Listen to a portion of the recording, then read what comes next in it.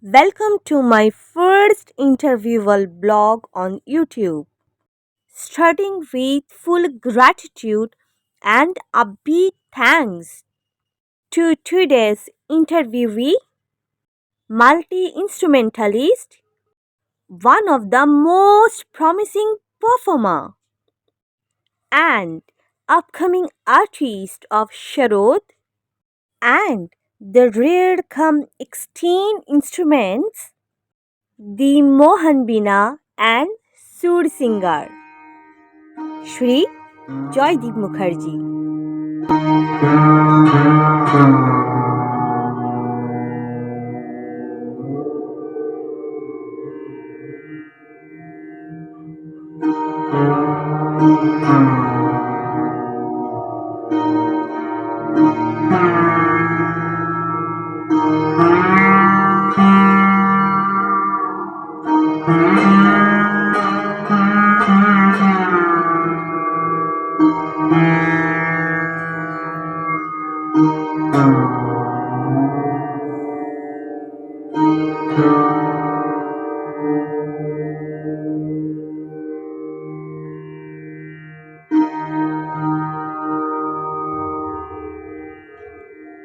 This instrument is a very rare and extinct instrument of the medieval India. It is known as the Sursingar. Now, this Sursingar instrument has a very fascinating history. We all know that how Ustad Mia Tansen had changed the structure of the Hindustani classical music during the 15th 16th century. Interestingly, if we notice that he had created many instruments, and out of those instruments he had modified the Afghani rawab into another instrument which nowadays we used to call them as the Drupadi rawab or the Tansini rawab. Now the story goes like this, that during the monsoon this Tansini rawab or the Drupadi rawab was extremely difficult to play because the height skin which was used, the tension gets used to get reduced, and hence the Drupadi Ravaya found it very difficult to play it during the monsoon seasons. Now the life of Tansen went. He tried a lot to solve the problem, but he can't. His son Bilas Khan also tried the same, but it does not happen. Now, during the late 18th century, one of the Bilas Khan's descendant, Ustad Zafar Khan, got the invitation to perform at the royal court of Varanasi in the month of June, and he went there with one of his siblings, Nirmal Shah, who was also a descendant of Mia Tansen from his daughter's side. Nirmal Shah was in Rudraveena and Jafar Khan was in the Drupadi Rawab. Since it was monsoon in Varanasi, Ustad Nirmal Shah gave an electrifying performance. However, when the turn came for Jafar Khan, his instrument did not sound well, and he himself felt very humiliated. Now, there is a proverb in English which is called that necessity is the mother of invention. So, being humiliated, he asked the Maharaja of Varanasi few months' time and told that I will come back and I will present my recital in a different way with a different instrument, with a modified instrument, and I promise that I will perform better than all the musicians who have performed on this stage. So he took his time for a couple of months or maybe more than that, and he had done a lot of modifications. He removed the skin of the Drupadi Rava and replaced it with a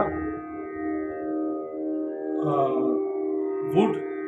He replaced the catgut string with that of the steel strings.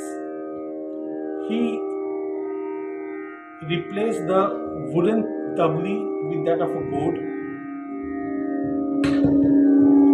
and he also done some structural changes. And maybe, and the most important change he had done was to change the wooden plate into a steel plate. Now, after a couple of months after making those changes, he came back to Varanasi, and in the same royal court, he gave his performance with the new instrument. The sound of the instrument make all the attendees awestruck. Since then, the connoisseurs of music at that point of time used to call the instrument as Sursingar, which means that flow of sound or Sur ka Sringar. And hence, from that time onwards, till the next 150 years, Sursingar became a very, very important instrument in the Dhrupad music, and it occupied a huge repertoire in the traditional scale of the classical musician programs. Now, with the actually earlier, the Sarodiyas used to learn Sursingar to do the Alap Jod and Jhala. So they used to perform Alap Jod Jhala in Sursingar and Guts in Sarod. But 1950 onwards, due to some legendary musicians like Baba Alauddin Khan Sahab, his son Ustad Ali Akbar Khan, my Dada Guru, Sangeetacharya Pandit Radhika Mohan Moitro, then Ustad Hafiz Ali Khan Sahab, they made phenomenal changes in the instrument of Sarod. And from that time onwards, Sarod started to become a mainstream musical instrument for the stage. Now, again, let me go back for 1 century. We all know that Sarod has been developed from the Rabab. But what made that change? It is not that suddenly one day the ancestors of the Bangas family woke up and done the change. The change was being driven, I think, and some of the historians also think that it is driven by Sursingar. Because looking at the sound of Sursingar, they also had replaced the plate of the wooden plate of the Rava into a steel plate. They replaced the catgut string of the Rava into a steel one. They reduced the size of the tabli of the Drupadi Ravab into a wooden tabli, much shorter in size, but they keep the skin. And the sound came, it is also another very sweet sound, and then the instrument came to known as the Sarod. The time was around 1820 to 1825. Now, when I thought that I will revive this instrument, I realized that there are certain challenges. The first one was to get an appropriate maker who can make the particular instrument, because it just went into the state of oblivion from 1950s. So mostly the makers are not alive nowadays. Even if some of them are still there, they might be at a very old age. So I have to work with the young makers. The second one was the structure of the instrument. Because traditionally Sursingar used to be played with keeping in the left shoulder with a different pose. But luckily, my Dada Guru had started to play it in a crisscross position, which is the Surbahar or the sitar position. So I prefer to use that particular stage, that particular pose.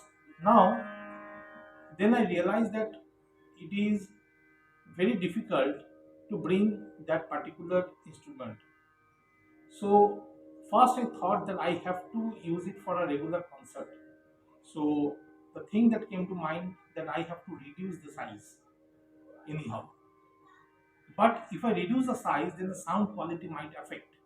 So what can I do to change it?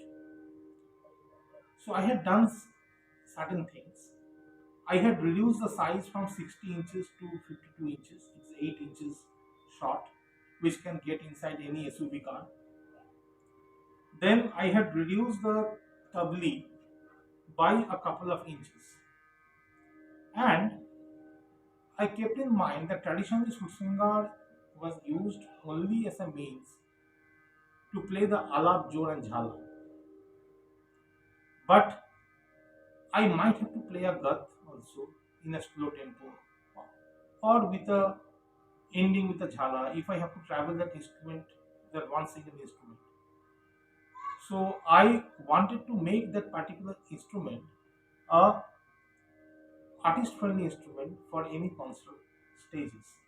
So I have reduced the tabli by a couple of inches, but so that I don't miss out the resonance and the tonal quality, I have increased the height of the um, tabli by another 2 inches.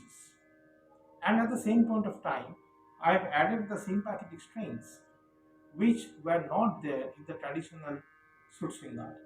So these sympathetic strings can give me the extra resonance which I lose out in reducing the size of the tabli, and the extra height can help me in playing the gut portion while not making the sound very much clumsy for the audiences, and I can get that 8 second to 10-second resonance.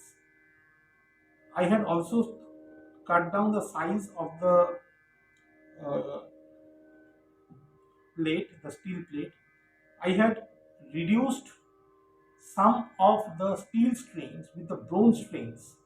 If you notice, there are 4 to 5 bronze strings which I use in my Sursingar. I also reduced the total number of strings that are used in Sursingar.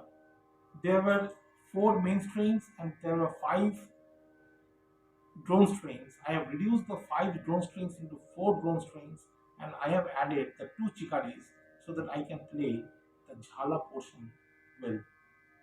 So these are the changes that I have made in the traditional Sursingar to make it much more artist friendly and stage presentable in the current format without compromising the sound quality and making it on par with the modern instruments so that it can attract the modern instrument, the modern audiences also, not the traditional ones, because we are staying in the 21st century, and when we are changing, our audiences are changing, the instruments have to change.